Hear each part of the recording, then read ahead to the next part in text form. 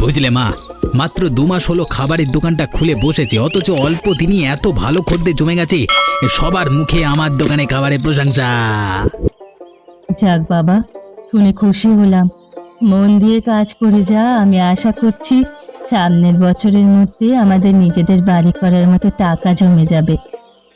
সেই চেষ্টা তো আমি করেই যাচ্ছি মা, তুমি শুধু আমাকে আশীর্বাদ করো যেন আমি তোমার মনের আশা পূরণ করতে পারি।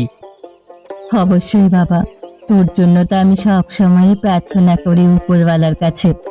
আমার ভাগ্য ভালো, তুই তোর বাবার মতো হোসনি। সারা জীবন আলসেমি করে জীবনে কোনো কিছুই তিনি লাভ করতে পারেননি। বাবার কথা আমি কি আর বলবো মা, সারা জীবন শুধু শুয়ে বসে খেয়েছে আর সময় নষ্ট করেছে, কাজের কাজ কিছুই করতে পারেনি। বাবার অলস স্বভাবের কারণেই তো আজকে আমাদের এই দুর্দশা। যাকে সকাল সকাল সেসব কথা বলে আর মন খারাপ করতে চাই না। তোর ব্যবসাটা ভালো মতো চলছে, সেটা শুনেই আমার ভালো লাগছে। হ্যাঁ, এই যে কামাই করেছে যে সেটা ধরে রাখতে পারলেই হলো। তাড়াতাড়ি আমার জল খাবারটা দাও, আমি খেয়েই দোকানের জন্য বেরোবো। তুই আর 5 মিনিট অপেক্ষা কর, আমি এখনই তোর জন্য জল খাবার নিয়ে আসছি। তাড়াতাড়ি করো, আমার হাতে সময় নেই। ভালো হলো তুমি এসে গেছো। তুমি হাত মুখ ধুয়ে বসো, আমি এক্ষুনি চিন্টুকে খাইয়ে তোমার খাবার নিয়ে আসছি। থাক, তোমার এসব নিয়ে ব্যস্ত হতে হবে না। আমি খাওয়া দাওয়া করব না, আমার কিছুই ভালো লাগছে না। সে আবার কেমন কথা? তুমি তো সকালবেলাও কিছু না খেয়ে বেরিয়ে গিয়েছিলে, এখনো বলছো কিছু খাবে না। না খেয়ে কি শরীরের অবস্থা করেছে দেখেছো?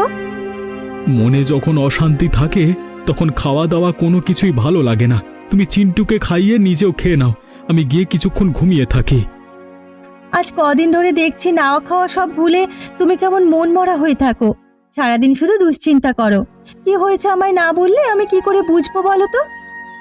সব কথা তোমায় বলি আমি কিভাবে? তুমি তো কোনো কিছু সমাধান করতে পারবে না, তাই না? তাই অযথা তোমায় আমি চিন্তায় ফেলতে চাই না। তোমার মনে যদি কোনো কারণে অশান্তি থাকে তাহলে সে বিষয়ে তুমি আমার সঙ্গে কথা বলো না, তাহলে দেখবে মনটাও হালকা হবে। এতদিন তো শুধু অভাব চলছিল, কিন্তু এখন মনে হয় না খেয়েই মরা লাগবে। এভাবে কেন বলছো গো? এতদিন বনে কাঠ কেটে কোনো মতে পেট চালিয়েছি, কিন্তু এখন গাছের দামও বেড়ে গেছে। এই দুঃসময়ে গাছের দাম বাড়িয়ে এমন অন্যায় করছে কেন? তুমি না হয় একবার দেবেন্দ্র বাবুর সঙ্গে কথা বলে দেখো। তিনি কিছু কাজে গ্রামের বাইরে গেছেন, কদিন পরে ফিরবেন। দেখি তার সঙ্গে কথা বলে যদি কোনো সমাধান করা যায়। কেমন আছেন কাকিমা? আমি তো ভালোই আছি। তুই আবার এই অসময়ে আমাদের বাড়িতে কি করছিস? একটা ছোট সাহায্যের জন্য এসেছিলাম কাকিমা। আমি জানতাম ঠিক এমন কিছু একটাই তুই আমাকে বলবি। কি সাহায্য চাই আবার তোর? বলছি কাকিমা, কিছু মনে করো না। আসলে তুমি তো জানো আমাদের সংসারের অবস্থা কেমন চলছে। ঘরের বাজারও ফুরিয়ে গেছে, কিন্তু আনন্দের দিন অবস্থা ওকে বলতে আমার সাহস হচ্ছে না। অল্প একটু ডাল হবে, রাতের জন্য রান্না করব। তোর সংসারে দুর্দশা চলছে, সেটা তো আমার দেখার বিষয় নয়, তাই না? 2 দিন পর পর এসে এটা দাও ওটা দাও। এখন তো মনে হয় তোর নিত্যদিনের স্বভাব হয়ে গেছে মানুষের বাড়ি বাড়ি গিয়ে হাত পাতা। এভাবে কেন বলছো কাকিমা? এত বছর ধরে আমরা এই গ্রামে একসাথে মিলেমিশে থাকি। সব বিপদে আপদে আমরা মিলেমিশে ছিলাম। এই জন্যই তো যে কোনো দুঃসময় তোমার কাছে ছুটে আসি। এত বছর আমি বোকা ছিলাম, যার জন্য তোদের সব কিছুতেই আমি সহজে রাজি হয়ে যেতাম। কিন্তু এখন থেকে এসব আর হবে না। তুমি তো আগে আমার সঙ্গে কখনো এমন আচরণ করনি কাকিমা। এত আবেগী কথা শোনার আমার সময় নেই। আজ তোকে শেষবারের মতো বলছি, আর কখনো আমার বাড়িতে এটা ওটা খুঁজতে আসবি না। বেশ, তোমার এই ব্যবহার আমি সারা জীবন মনে রাখবো। আর মনে রাখো, একদিন আমাদেরও ভালো সময় আসবে। আশায় বাঁচে চাষা। তোর ওই অপর মাসে গিয়ে বল ঠিকঠাক মতো কাজ করতে, তারপর বড় বড় স্বপ্ন দেখিস। যত সব।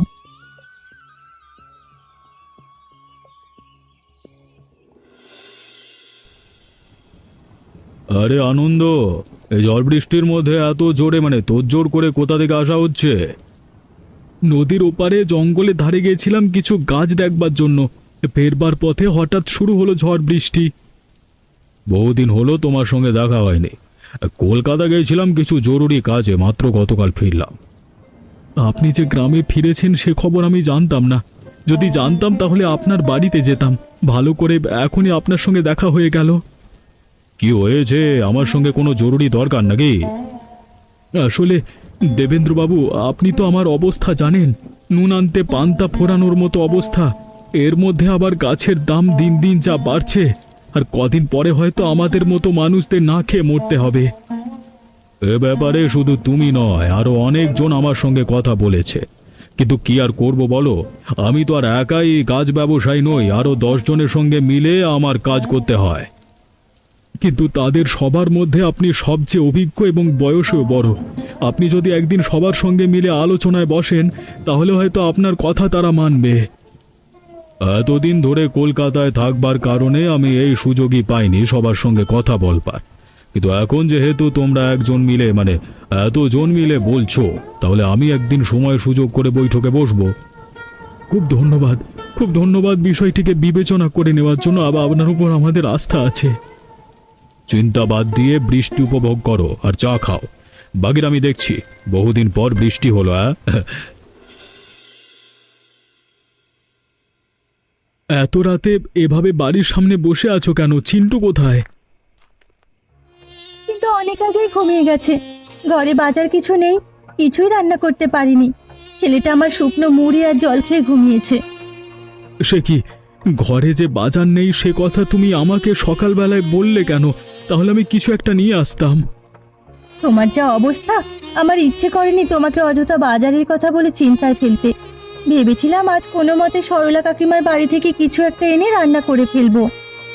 তাহলে সেটাই করতে। কাকিমা তো আমাদের নিজেরই মানুষ, তার বাড়িতে গিয়ে চাল ডাল কিছু একটা নিয়ে আসতে। গিয়েছিলাম কাকিমার কাছে একটু ডাল খুঁজতে, কিন্তু সামান্য একটু ডাল চাওয়ায় তিনি আমায় যেভাবে অপমান করলেন। এসব তুমি কি বলছো সারদা? কাকিমা তো আমার মায়ের মতো, সুখে দুঃখে সব পরিস্থিতিতে সব সময় তাকে আমি পাশে পেয়েছি। তিনি তোমাকে আপন করেছেন, এটা আমি কিছুতেই মানতে পারছি না। আমি নিজেও নিজের চোখে বিশ্বাস করতে পারিনি। হঠাৎ তার পরিবর্তিত রূপ আমার খুব অবাক করেছে। কিন্তু তিনি তো সব সময় আমায় নিজের ছেলের মতো দেখতেন, আর তোমায় কত আদর করতেন। দুঃসময় সবাই এভাবে রং বদলায়। রাজু নতুন নতুন খাবারের দোকান দিয়ে বসেছে। শুনেছি টাকা করিও ভালো কামাই হচ্ছে। হয়তো টাকার মুখ দেখি এভাবে রূপ বদলে গেছে কাকিমার। হতেও পারে। যাকগে, অন্তত তাদের আসল চেহারা তো চিনতে পারলাম। মন খারাপ করে এখানে বসে না থেকে বাড়ির ভেতরে চলো সারদা, রাত হয়েছে।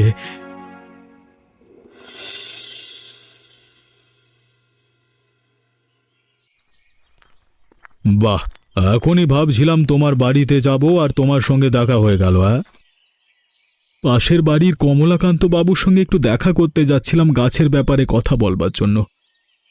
তোমার জন্য খুবই গুরুত্বপূর্ণ সংবাদ নিয়ে আসছিলাম।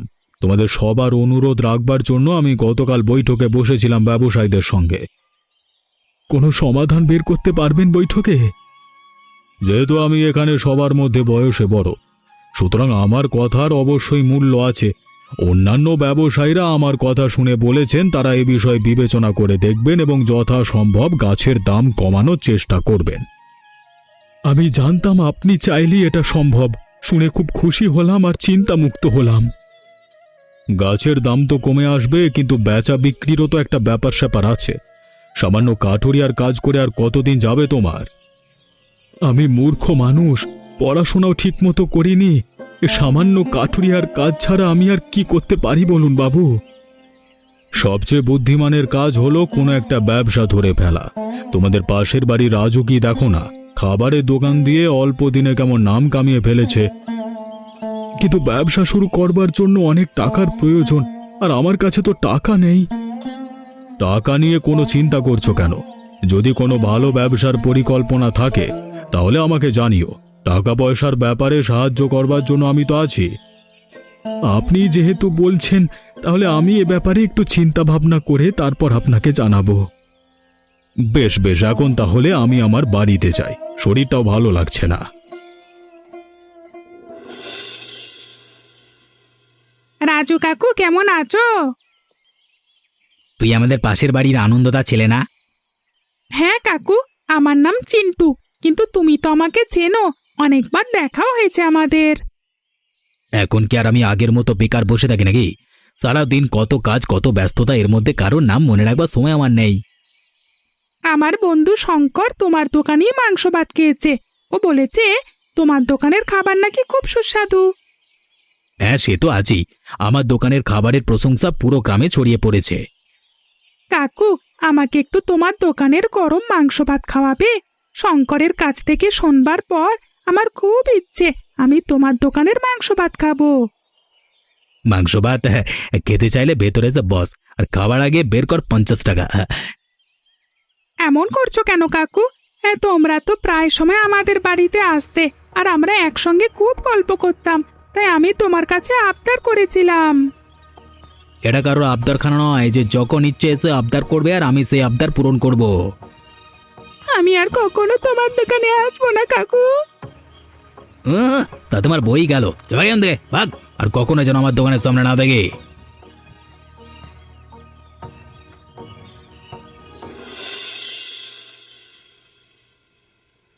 এ কি চিন্টু, এই সন্ধ্যাবেলায় তুই কোথা থেকে ফিরছিস আর এভাবে কাঁদছিস কেন? বাবা, তুই অমন করে কাঁদছিস কেন? কেউ কি তোকে কিছু বলেছে? কান্না থামা আর আমাকে বল, তোর কি হয়েছে? কে তোকে কাঁদিয়েছে?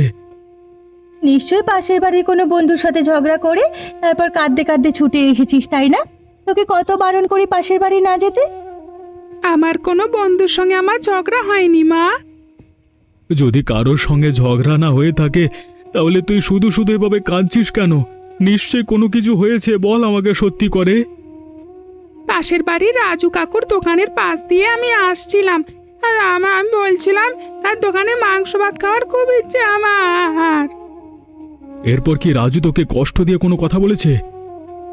তিনি আমার উপর খুব চিৎকার করেছেন আর বলেছেন যদি মাংস ভাত খাওয়ার ইচ্ছে হয় তাহলে যেন বাপের থেকে গিয়ে টাকা নিয়ে আসি। এরপর তিনি আমাকে সেখানে দাঁড়িয়ে দিলা। দেখেছো তুমি, সেদিন রাজের মা আমায় অপমান করলো, কিন্তু আমি কিচ্ছু বলিনি, চুপ করেছিলাম। আজ আমার ছোট ছেলেটাকেও রাজু এভাবে তাড়িয়ে দিল। চিন্টু বাচ্চা মানুষ, হয়তো না বুঝে মাংস ভাত খাওয়ার কথা বলে ফেলেছে, তাই বলে রাজু ওকে এভাবে অপমান করে তাড়িয়ে দেবে, এটা আমি কিছুতেই মেনে নিতে পারবো না। এখন কি ওদের সাথে ঝগড়া করবে? ওদের অপমানের জবাব আমি মুখে দেব না, কাজে দেব, শুধু একটু সময়ের অপেক্ষা। কিন্তু কি এমন করবে তুমি?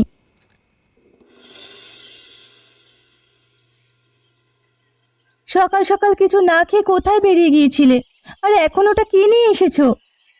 গতকাল নদীর ওপারে কাঠ বেচে বেশ কিছু টাকা আয় হয়েছিল, তাই ভাবলাম ছেলের জন্য একটু মাংস নিয়ে আসি। তুমি পারো, এসবের কি দরকার ছিল? হাতে কটা টাকা আসলে কিভাবে ওড়াবে শুধু সেই চিন্তায় থাকো। আরে তুমি এত ব্যস্ত হচ্ছ কেন? ছেলেটা আমার কত দিন ধরে একটু মাংস ভাত খেতে চাইছে, আমি বাবা হয়ে তার এটুকু আবদার পূরণ করতে পারবো না? কিন্তু মাংসের যে দাম, সে হয়তো পথে সবজি কেনা যেত, বেশ কয়েকদিন কেটে যেত আমাদের। চিন্টু ছোট মানুষ, ওর সব আবদার কি সবসময় পূরণ করতে হবে বলে কোনো কথা আছে নাকি? আমার ইচ্ছে হয়েছে তাই আমি আমার ছেলের জন্য মাংস ভাত কিনে এনেছি। এখন তুমি বেশি কথা না বলে তাড়াতাড়ি মাংসটা চড়িয়ে দাও, আজকে গরম গরম মাংসের ঝোল আর ভাত খাবো। তোমাদের দুই বাপ ছেলেকে নিয়ে আমি আর পারি না। সংসার চলেছে অভাবে, অথচ তোমাদের আহ্লাদের শেষ নেই। আহা, আরে আমরা তো প্রতিদিন ভালো ভালো খাবার খাই না, তাই না? যে দোকান ভালো রোজগার হয়েছে অন্তত একটা দিন ভালো খাবার খেতেই পারি। তোমার ছেলে পাশের বাড়ি গেছে খেলার জন্য, বাড়ি ফিরেই মাংসের গন্ধ পেলেই পাগল হয়ে যাবে। আমি তাড়াতাড়ি গিয়ে স্নান সেরে নি, বাড়ি ফেরবার আগে তুমি তাড়াতাড়ি রান্না বান্না শেষ করে নাও, তারপর তিনজন একসাথে মিলে মজা করে খাবো। বেশ, তাই যাও, আমি রান্না বসিয়ে দিচ্ছি। মাংসের ঝোল আমার সবচেয়ে প্রিয় খাবার। তোর প্রিয় খাবার বলেই তোর বাবা বাজারে গিয়ে আজ মাংস নিয়ে এসেছে, যাতে তুই আনন্দ করে মজা করে গরম মাংস দিয়ে ভাত খেতে পারিস। বাবা, তুমি আমার জন্য এনেছো মাংস? হ্যাঁ বাবা, আমি জানি বহুদিন ধরে তোর মাংস ভাত খেতে ইচ্ছে করছে, তাই আজকে ভাবলাম মাংসের ঝোল দিয়ে বাবা আর ছেলে মিলে জমিয়ে খাবো। মাংসের এই বড় টুকরোটা তুমি নাও, এত কষ্ট করে বাজারে গিয়ে মাংস এনেছো? না, একদম না। আমার ছেলে মাংসের ঝোল খেতে ভালোবাসে, তাই সবচেয়ে বড় টুকরোটা আমার ছেলেকেই দাও। ও ছেলে আমার পেট ভরে খাবে। মা, তোমার হাতের মাংস রান্নার জবাব নেই। আমাকে আরো মাংস দাও। খুব মজা হয়েছে আজকের মাংস রান্না। চিন্টু একদম ঠিক বলছে গিন্নি, খুব সুন্দর রান্না করেছো তুমি। দাও আমাকে আরেক টুকরো মাংস দাও, পেট ভরে খাবো। মা যদি মাংস ভাতের দোকান খুলে বসে, তাহলে রাজু কাকুর দোকান আর চলবেই না। মায়ের হাতে রান্না জাদু আছে। লোকে তখন রাজু কাকুর দোকানের মাংস ভাত ছেড়ে মায়ের দোকানে আসবে। তোর বোকা ছেলে, সব সময় যে কি বলিস না, উল্টো পাল্টা কথা না বলে চুপচাপ খাবার খা। চিন্টু তো ভুল কিছু বলেনি গিন্নি, আমরাও যদি একটা খাবারের দোকান খুলে বসি। বাচ্চা মানুষ বললো আর তুমি সেটাই সায় দিচ্ছ। দোকান খুলবো বললেই তো আর হয় না, কত টাকা লাগে। টাকার চিন্তা করতে হবে না, সে বিষয়ে একজন আছে যে আমাদের সাহায্য করতে পারে। সেটা কে? আরে বাহ, দোকানটা তো খুব সুন্দর করে বানিয়েছো তোমরা, কিন্তু গ্রামের এই শেষ মাথায় কেন দোকান খুলে বসলাম আমি তো সেটাই বুঝলাম না। এখানে প্রত্যেক দিন শহরের যাতায়াতরত গাড়িগুলো পারাপার হয়, আর তাই যাত্রীরা খাওয়া দাওয়ার জন্য ভালো দোকান দেখলে এখানেই থামবে, এটা ভেবেই আমরা গ্রামের একদম শেষ মাথায় দোকান খুলেছি। আমি তো আগেই বলেছিলাম তোমার কাঠুরিয়া না হয়ে ব্যবসায়ী হওয়া উচিত। তোমার খুব বুদ্ধি, আনন্দ। কিন্তু আপনি যদি আমাদেরকে আর যেভাবে সাহায্য না করতেন, তাহলে আমাদের এই স্বপ্ন কখনোই সত্য হতো না। আপনাকে অসংখ্য ধন্যবাদ। দয়া করে এসব বলে আমাকে ছোট করবে না। তোমাদেরকে অনেক খারাপ সময় পার করতে দেখেছি। তোমরা সব প্রতিকূলতা কাটিয়ে যদি জীবনে ভালো কিছু করতে পারো, তাহলে আমারও ভালো লাগবে। মাত্র 2 দিন হলো দোকান খুলেছে, কিন্তু 2 দিনেই ভালো খদ্দের যাওয়া আসা শুরু হয়েছে। এভাবে যদি চলতে থাকে তাহলে খুব শীঘ্রই আপনার টাকাগুলো শোধ করে দিতে পারবো আমরা। টাকার হিসেব নিকেশ পরে হবে, আপাতত ব্যবসায় ভালোভাবে মনোযোগ দাও। প্রার্থনা করবেন আমাদের জন্য, যেন আমরা জীবনে উন্নতি করে উঠে দাঁড়াতে পারি। আপনার জন্য তো আমরা তেমন কিছু করতে পারিনি। আসুন, আমাদের দোকানে একটু মাংস ভাত খান। দয়া করে না বলবেন না। আচ্ছা, বেশ বেশ, চলো চলো তাহলে তোমাদের দোকানের মাংস ভাত খেয়ে দেখি। কি হলো রাজু, এখনো তো ভালোভাবে সন্ধ্যা হয়নি, তুই এত তাড়াতাড়ি বাড়ি ফিরে এলি কেন? সারাদিন মিলিয়ে যদি দোকানে ভালোভাবে খদ্দের না হয়, তাহলে দোকানে বসে থেকে আর কি করব বলতে পারো? খদ্দের নেই মানে? কদিন আগেও তো তুই খদ্দেরের ভিড়ে নিঃশ্বাস নিতে পারতিস না, আর এখন বলছিস খদ্দের নেই। কত সুন্দরভাবে আমার ব্যবসাটা চলছিল, কিন্তু ওই আনন্দ আর তার স্ত্রী শারদা আমার সব পরিশ্রমে জল ঢেলে দিল। আনন্দ আর শারদা, ওরা আবার কি করেছে? গ্রামের শেষ মাথায় ওরা মাংস ভাতের দোকান খুলে বসেছে, আর যখন থেকে ওরা ব্যবসা শুরু করেছে আমার ব্যবসায় ভাটা পড়েছে। সব খদ্দের এমন মাংস ভাত খাওয়ার জন্য গ্রামের শেষ মাথায় মানে ওদের দোকানে যায়। ইচ্ছে করে করেছে ওরা এসব। তোর সফলতা দেখে হিংসে জ্বলে পুড়ে তারপর নিজেরা দোকান খুলে বসেছে তোর ক্ষতি করার জন্য। ওদের ব্যবসা বন্ধ করতে হবে মা। যদি ওদের দোকান বন্ধ করা না যায়, তাহলে আমার ব্যবসা বন্ধ করে দিতে হবে। সব খদ্দের ওরা ওদের দিকে টেনে নিচ্ছে, এভাবে চলতে থাকলে সর্বনাশ হয়ে যাবে আমার। আমি থাকতে তোর এসব নিয়ে ভাবতে হবে না। গ্রামের শেষ মাথায় মাংস ভাতের দোকান খুলে ব্যবসা করা হচ্ছে, ওদের ব্যবসা কি করে বন্ধ করতে হয় সে ব্যবস্থা আমি করছি।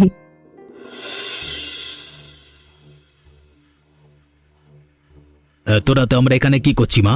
তুমি কি পরিকল্পনা করেছো আমাকে সরাসরি বলছো না কেন? বুঝো কি করে? হ্যাঁ, যেই দোকানের কারণে তোর ব্যবসায় ভাটা পড়েছে, সে দোকান আমি থাকতে দেব না। এই দোকান ভেঙে গুড়িয়ে দেব। এভাবে দোকান ভেঙে গুঁড়িয়ে দেওয়াটা কি কোনো সমাধান হলো? তোর দোকান যদি রক্ষা করতে হয়, তাহলে এই দোকানটাকে শেষ করতেই হবে। আমার খুব ভয় করছে মা, যদি কেউ দেখে ফেলে। এত রাতে শুনশান রাস্তায় কে আসতে যাবে শুনি? আমরা এখানে আসায় তোমাদের কুৎসিত পরিকল্পনা ভেস্তে গেল, তাই না? না, আসলে আপনারা ভুল ভাবছেন, মানে ভুল কি সব উল্টোপাল্টা। 2 দিন আগে সন্ধেবেলায় আমি রাজুর বাড়িতে গিয়েছিলাম। কিন্তু তখন তোমরা আনন্দের দোকানের সফলতা নিয়ে হিংসায় জ্বলছিলে। আর তোমাদের মধ্যে যে কথা হয় সেই সব কিছু আমি দরজায় দাঁড়িয়ে শুনে ফেলি। ওপরওয়ালা কখন কাকে কিভাবে মাধ্যম হিসেবে পাঠায় কেউ বলতে পারে না। আমাদের ভাগ্য ভালো, সেদিন দেবেন্দ্রবাবু ঠিক সময় তোমার বাড়ির সামনে গেছিলেন। যদি দেবেন্দ্রবাবু আশ্চর্যজনকভাবে সেদিন ঠিক সেই সময় সেখানে না যেতেন, তাহলে তোমাদের সব পরিকল্পনা শুনে ফেলতেন না, আর তাহলে হয়তো আজ আমাদের দোকান আমরা হারিয়ে ফেলতাম। আমাদের যখন যেভাবে পেরেছো অপমান করেছো টাকার অহংকারে, কিন্তু আমরা কিছু বলিনি। তবু কেন তোমরা আমাদের পেছনে পড়ে আছো? তোমাদের সঙ্গে তো আমাদের ভ্রাতৃত্বের সম্পর্ক ছিল। যখন দেখে তোরা দোকান খুলে বসেছিস, রাজুর ব্যবসায় ভাটা পড়েছে, তাই আমি এ কাজ করতে চেয়েছিলাম। আমাকে তোরা ক্ষমা করে দে। একে অপরের বিরুদ্ধে ষড়যন্ত্র না করে আমাদের উচিত নিজেদের মতো করে মিলেমিশে থাকা। আমাকে ক্ষমা করে দাও আনন্দ দাদা, আমি টাকার অহংকারে অন্ধ হয়ে গেছিলাম আনন্দ দাদা। এখন থেকে আমরা মিলেমিশে ব্যবসা করব। তোমরা তোমাদের দোকানে মাংসের ঝোল আর নিরামিষ পদের খাবার বেচবে, আর আমরা আমাদের দোকানে গরম ভাত আর মাংস বেচবো। তাহলে খদ্দেররা দুই দোকানেই যাবে। তোদের আমরা কত অপমান করেছি, অথচ তোরা আমাদের কত সহজে ক্ষমা করে দিলি। প্রতিশোধ নয় কাকিমা, আমার ছিল তাই হলো মানুষের মহৎ গুণ। এমনই মজার মজার সব গল্প দেখতে আমাদের চ্যানেলটিকে সাবস্ক্রাইব করতে ভুলবেন না। ধন্যবাদ।